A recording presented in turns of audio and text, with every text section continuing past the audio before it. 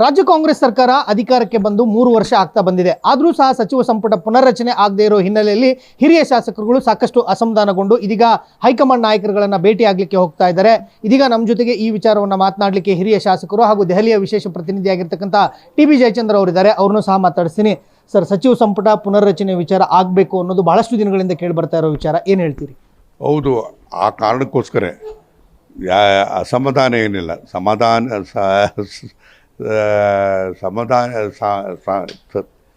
ಸಮಾಧಾನವಾಗಿ ಇವತ್ತು ನಾವು ಹೋಗಿ ವರಿಷ್ಠರನ್ನ ಭೇಟಿ ಮಾಡ್ತಾ ಇದ್ದೀವಿ. ಇದರಲ್ಲಿ ಭಿನ್ನಾಭಿಪ್ರಾಯ ಅಂಥದ್ದು ಇಲ್ಲ. ಇದನ್ನು 3 ವರ್ಷ ಆಗಿರ್ತಕ್ಕಂಥ ಹಿನ್ನೆಲೆಯಲ್ಲಿ ನಮಗೂ ಒಂದು ಅವಕಾಶವನ್ನು ಮಾಡಿಕೊಡಿ ಅಂತಕ್ಕಂಥದ್ದು ಅದನ್ನು ಹಿರಿಯ ಶಾಸಕರುಗಳು, ಅನುಭವಿ ಶಾಸಕರುಗಳು ಅವರು ಎಲ್ಲರೂ ಕೂಡ ಹೋಗಿ ವರಿಷ್ಠ ಗಮನಕ್ಕೆ ತರಬೇಕು ಅಂತಕ್ಕಂಥ ಉದ್ದೇಶ ಇಟ್ಕೊಂಡು ಹೋಗ್ತಾ ಇದ್ದೀವಿ.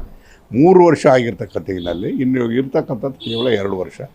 ನಮಗೂ ಅವಕಾಶವನ್ನು ಮಾಡಿಕೊಡಿ ಅಂತಕ್ಕಂಥ ಬೇಡಿಕೆಯನ್ನು ನೀಡೋದಕ್ಕೋಸ್ಕರ ಹೋಗ್ತಾ ಇದ್ದೀವಿ. ಎಷ್ಟು ಶಾಸಕರು ಹೋಗ್ತಾ ಇದ್ದೀರಿ ಸರ್, ಮತ್ತು ಯಾರನ್ನೆಲ್ಲ ಭೇಟಿ ಆಗ್ತಾರೆ? ನಿಮ್ಮ ಒತ್ತಾಯ ಏನು ಅಂತ?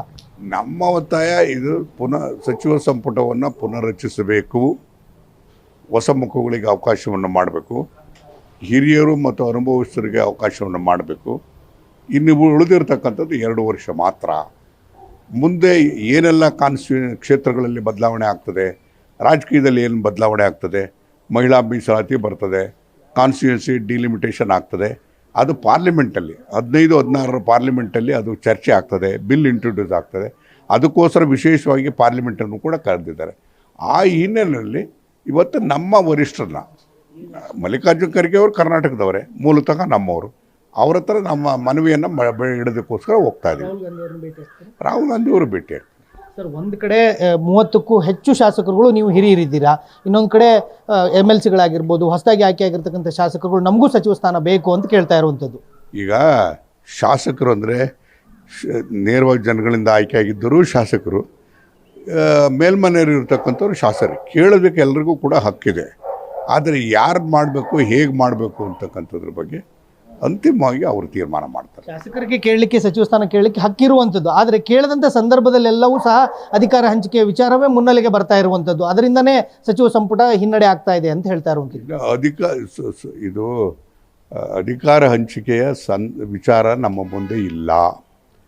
ನಾವೀಗಾಗಲೇ ಸಾರಿ ಹೇಳಿದ್ವಿ, ಅದಿರತಕ್ಕಂಥದ್ದು 4 ಜನದ ಮಧ್ಯದಲ್ಲಿ ಅವರು ವರಿಷ್ಠ ಏನು ತೀರ್ಮಾನ ಮಾಡ್ತಾ ಇದ್ದಾರೆ ಅಂತಿಮ, ಅದು it is binding on all party.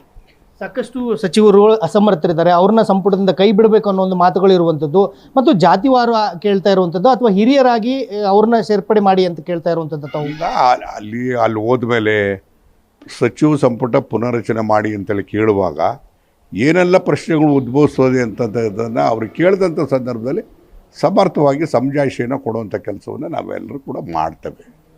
ಏನು ಬರ್ತದೆ, ಏನು ಕೇಳ್ತಾರೆ, ಏನು ತೀರ್ಮಾನ ಮಾಡ್ತಾರೆ ಅಂತಕ್ಕಂಥದ್ದನ್ನು ಈಗಲೇ ಹೇಳೋಕ್ಕಾಗೋದಿಲ್ಲ. ಸಚಿವ ಸಂಪುಟ ಪುನರ್ರಚನೆ ಪರಮಾಧಿಕಾರ ಇರುವಂಥದ್ದು CM ಸಿದ್ದರಾಮಯ್ಯನವರಿಗೆ, ಆದರೆ ನೀವು ಹೋಗ್ತಾ ಇರುವಂಥದ್ದು ಹೈಕಮಾಂಡ್ ನಾಯಕರುಗಳನ್ನು ಭೇಟಿ ಆಗಲಿಕ್ಕೆ. ಇದು ಯಾವ ರೀತಿ ಅಂತ ಮೆಸೇಜ್ ಕೊಡುತ್ತೆ ಅಂತ? ಈಗ ಮುಖ್ಯಮಂತ್ರಿಗಳ ಪ್ರಿರಾಗೇಟಿವ್ ರೈಟ್ ಕಾನ್ಸ್ಟಿಟ್ಯೂಟ್ ಮಾಡಬೇಕಾದಾಗ, ಆದರೆ is also guided by the party high command. Party ಮುಖ್ಯಸ್ಥರು ಇರ್ತಾರೆ, ಶಾಸಕರ ಅಭಿಪ್ರಾಯ, ಇವರೆಲ್ಲರೂ ಅದನ್ನು ಸಾಮೂಹಿಕಗೊಳಿಸಿಯೇ ಅಂತಿಮ ಆಗ್ತಕ್ಕಂಥದ್ದು. ಹೈಕಮಾಂಡ್ ನಾಯಕರುಗಳನ್ನು ಭೇಟಿ ಆಗ್ಲಿಕ್ಕೆ ಹೋಗ್ತಾ ಇರುವಂಥದ್ದು CM ಸಿದ್ದರಾಮಯ್ಯನವ್ರಿಗೆ ಗೊತ್ತಿದೆಯಾ ಅಂತ? ಗೊತ್ತಿದೆ, ಅವ್ರ ಗಮನಕ್ಕೂ ತಂದಿದೆ. ನಾವು ಹೋಗ್ತಾ ಇರ್ತಕ್ಕಂಥದ್ದು ಎಲ್ಲದೂ ಕೂಡ ಅವ್ರಿಗೆ ಗೊತ್ತಿದೆ. ಇದಿಷ್ಟು ಹಿರಿಯ ಶಾಸಕರಾಗಿರ್ತಕ್ಕಂಥ ಟಿ.ಬಿ. ಜಯಚಂದ್ರ ಅವರ ಮಾತುಗಳು. ಆದಷ್ಟು ಬೇಗ ಸಚಿವ ಸಂಪುಟ ಪುನರ್ರಚನೆ ಆಗಲಿ ಅನ್ನೋ ಒಂದು ಒತ್ತಾಯವನ್ನು ಮಾಡ್ತಾ ಇರುವಂಥದ್ದು. ಕ್ಯಾಮರಾಮನ್ ಶಿವ ಜೊತೆ ವೀರೇಶ್ ದಾನಿ, ಗ್ಯಾರಂಟಿ ನ್ಯೂಸ್, ಬೆಂಗಳೂರು.